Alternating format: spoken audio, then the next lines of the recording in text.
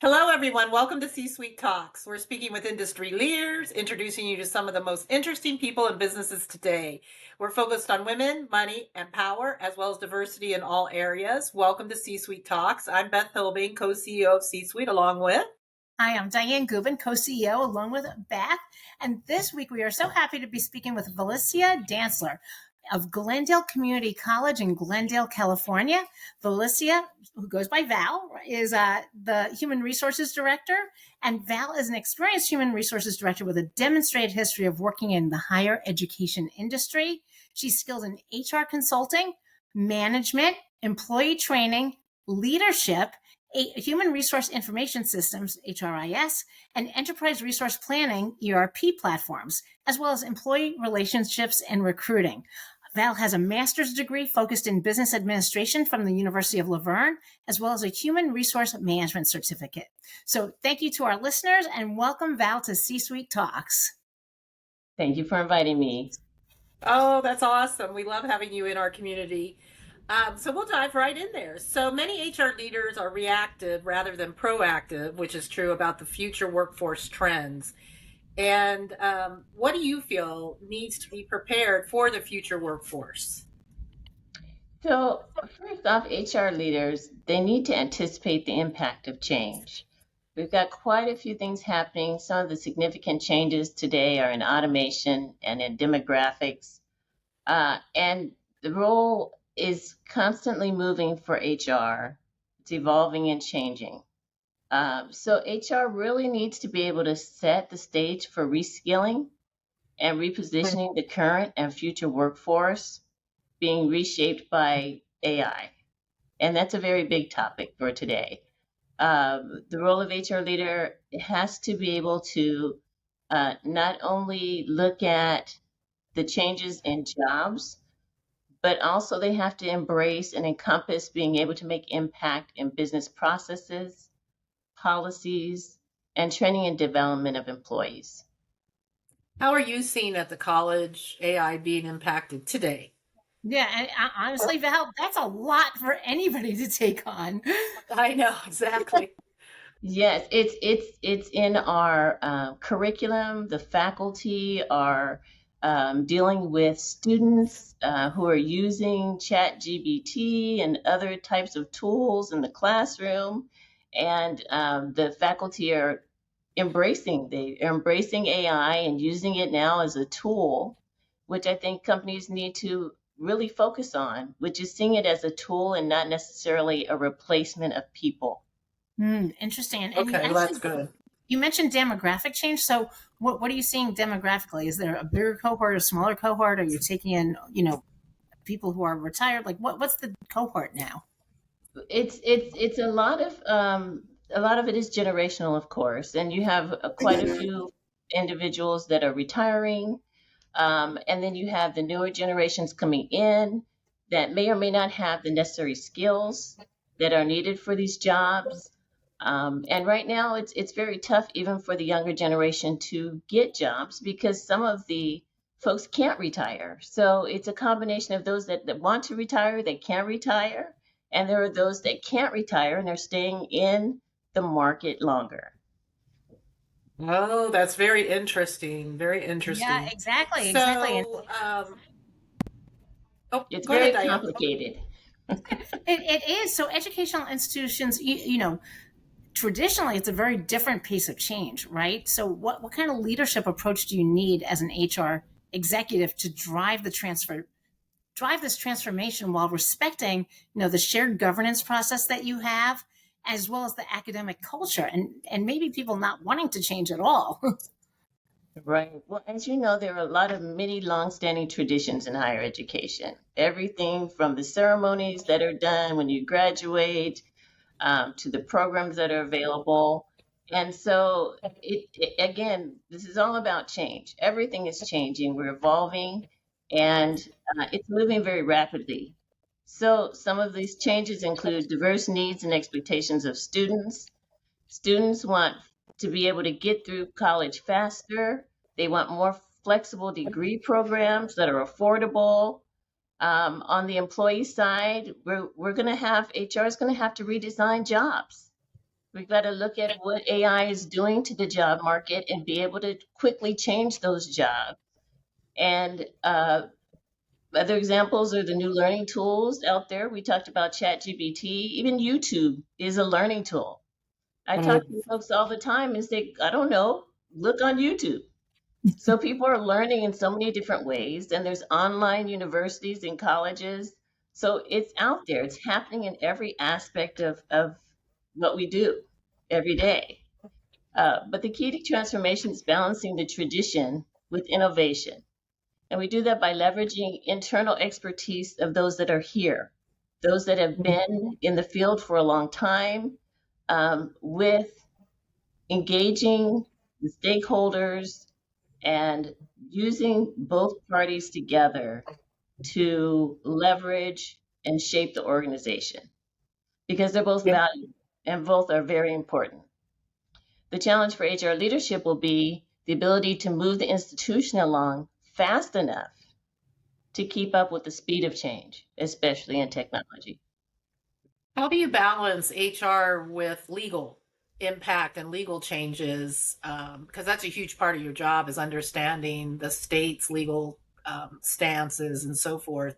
And they must be changing. Are they keeping up with the changes in technology? Are they lagging? So legal is keeping up with the changes. They have to keep up with the changes. We have to know so that we can make sure that we are in compliance with what we do. The challenge for HR is being able to quickly be able to communicate back out those changes in a manner that is timely, right, and that people understand. Because I foresee that there's going to be a lot of policies around AI coming very soon in education Policies. and yes, and so HR is the one that also helps to create some of these policies. So it's going to be an ongoing event, if you will, for the next 4 to 5 years, but sooner, of course. I wonder what the impact will be where they just changed, the president just changed the law that all the states don't have to agree, that the federal government will drive the decisions in AI. Now, I don't know if that'll stand in court, et cetera, but it'll be interesting to see how that shapes out. Yeah, I certainly. understand the why, but Yes. And then if it changes again, and when there is another president, it will potentially change again. So that's the other challenge HR faces, right? Well, for the Right? change. A constant move. Yes, it's a constant circle. So as the an HR, C-suite is. yeah. Oh, go ahead. Go on. No, go on. Tell us I was about going to say, as a C-suite member, as an executive woman yourself, what do you feel the next generation will need to succeed, and are they working with the current executives to learn and to expand as they look to make their mark on their path? Well, the next generation of HR leaders, executives, will need to definitely need to be tech and data savvy. It is imperative because we can no longer rely on whether it's our gut or our tuition or what we think is going to work. It has to be backed by fact. The stories are told in the data, and HR needs to be able to understand the data and be able to interpret it and be able to use it to make decisions. Right. Next, they have to be. I'm sorry. Go on. Next, they have to be. Yeah, absolutely. They've got to be strategic, and they've also need to be emotionally and culturally competent to be able to deal with the many challenges and opportunities that employees are facing every day. We've been through so much as people in the last several years with COVID, for example. There's still aftermath of COVID that HR is dealing with. And, so it's very important that that emotional, that human side is continuing to be an important part of the employee's experience. Right. And for sure. And you spoke about the data. So where are you getting this data? Is this external data? Is this, does the college supply the data, the state? Like what data are you looking at when you make these decisions? So we look at a little bit of both, right? We look at our internal data. We want to know about, for example, applicants, what type of applicants are applying, What are their skill sets? How do we find the right applicants for the jobs that have the skills? Um, where are the best places to source? That's internal data. How do we succession planning? Where do we find the internal skills? Who has the internal skills to do different projects or new roles? So we look at a lot of the internal data, but we also have data that we use from the community. We use that as benchmarks in terms of what the students' needs are, for example. So we take a look at both external and internal data to make decisions. What do you think that the HR executives must strengthen to successfully navigate the organizational transformation? Yeah, Sorry like about that. leadership qualities. Like, Yeah. Well, I mentioned it earlier, but part of it is they need to not just lead the people, but lead the work. We're at that next level now where it's about how is HR going to help to make the work be efficient and effective within the organization through the jobs. And as I mentioned, the data-driven insights, definitely got to use that to be able to be more proactive in forecasting and anticipating the changes instead of being more on the reactionary side. So planning ahead, being proactive in that area, and also the ability to orchestrate business solutions through organizational strategy that involves both people, processes, and technology. So Very good. So, how do you? Oh, sorry. I was just going to ask her. How do you stay current? yeah, What resources do you look at? I'm just always curious. yeah. In terms of HR, HR and then also technology. so we have several types of tools of technology, and we do a lot of research here because we have to keep up with the students. So what are the students doing? That's where we need to follow because those are our customers, if you will. So we gather a lot of data from that. We do a lot of research in terms of attending conferences. We have several types of software systems that we utilize. We're doing a lot of implementations right now. And we see in these new systems when they come in or they present the new tools, they all have AI in them. And so it's a matter of professionally being able to go out there and do your own research as well as bring it in.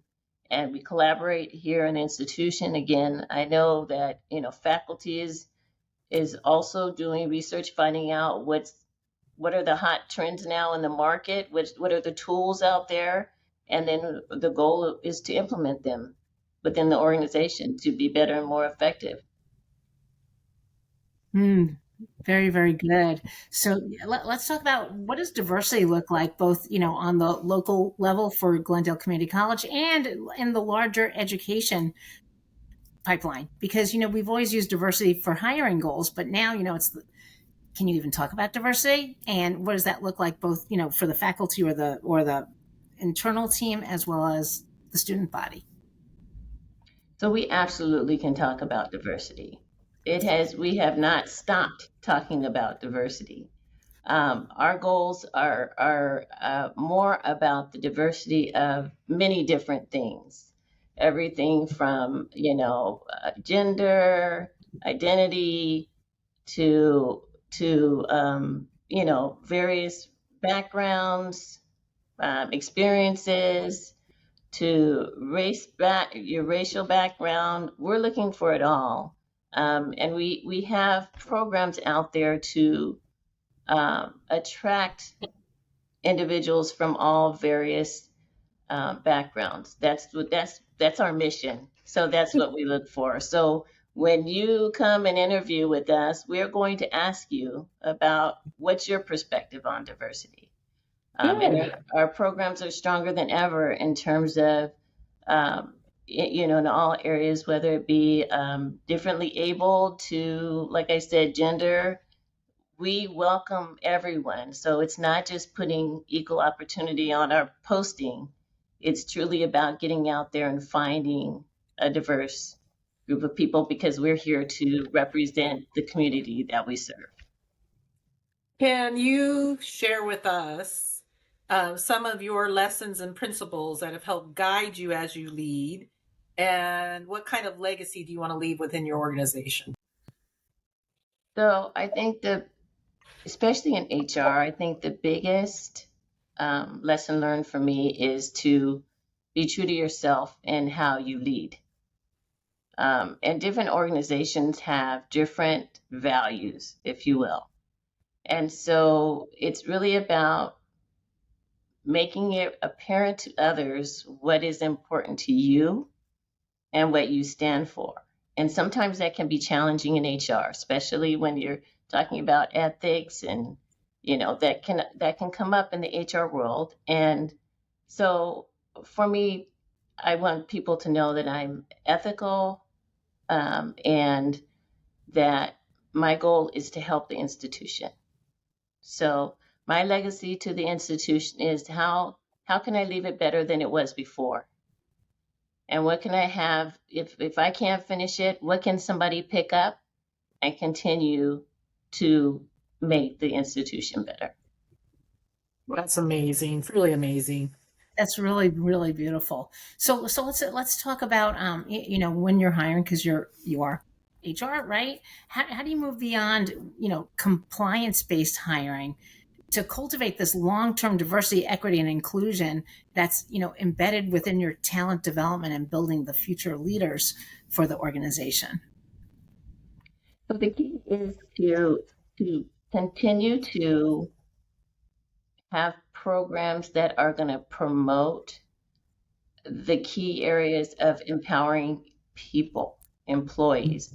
And you can do that through mentorships, through leadership development programs, through career pathing, so that it's a part of the normal part of your business.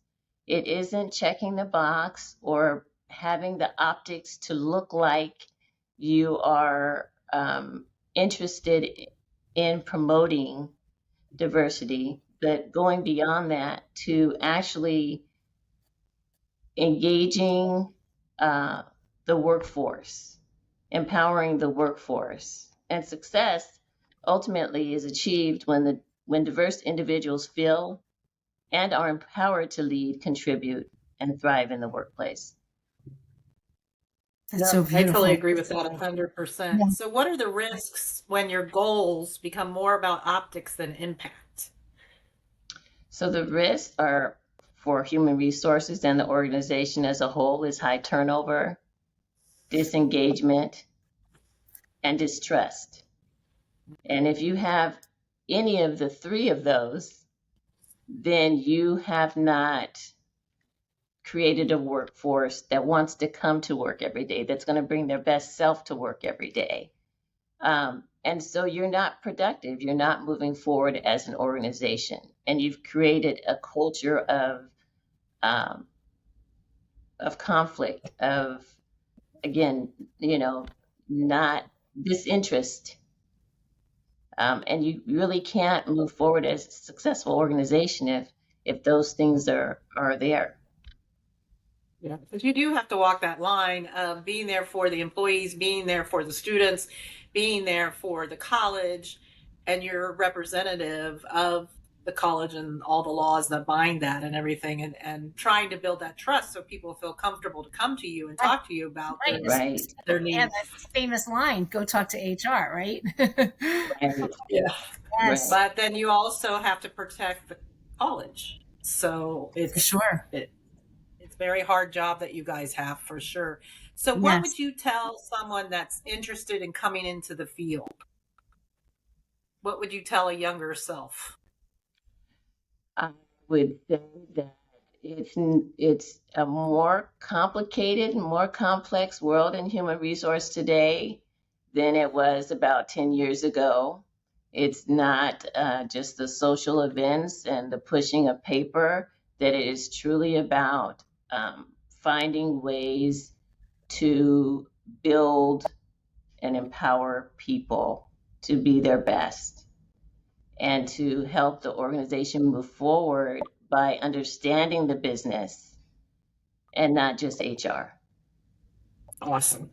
Wow, thank you. So thank you, Valicia Dantzler from Glendale Community College, Human Resources Director. We appreciate you being here today. Thank you to our listeners. And Beth, I'm going to thank our sponsors. So thank you. Great. Thank you to Cone Resnick, which is Advisory Assurance and Tax Services, to Breakthrough Beverage, City National Bank, Cigna Healthcare, Uncle Nearest, and of course, C-Suite Executive Search. If you're hiring for your team, please give us a call. And we couldn't do this without our sponsors and without our members. So if you're not a sponsor or a member, check us out today. Exactly. And find us on www.csweet.org. And then go to Apple, Spotify, everywhere you find your podcasts. Hit the subscribe button. Leave us a great review, of course, because we have fabulous guests. And follow us on social media, LinkedIn, Twitter, Instagram. And then we love hearing from you. So send me an email, beth@csweet.org, and come to an event. We have in-person events and live events, and then also C-Suite Talks, where we host our very special guests. So see if there's a city near you. So do join us. Thank you, Val. We really appreciate you being here today. And taking the time with us. Thank you very much.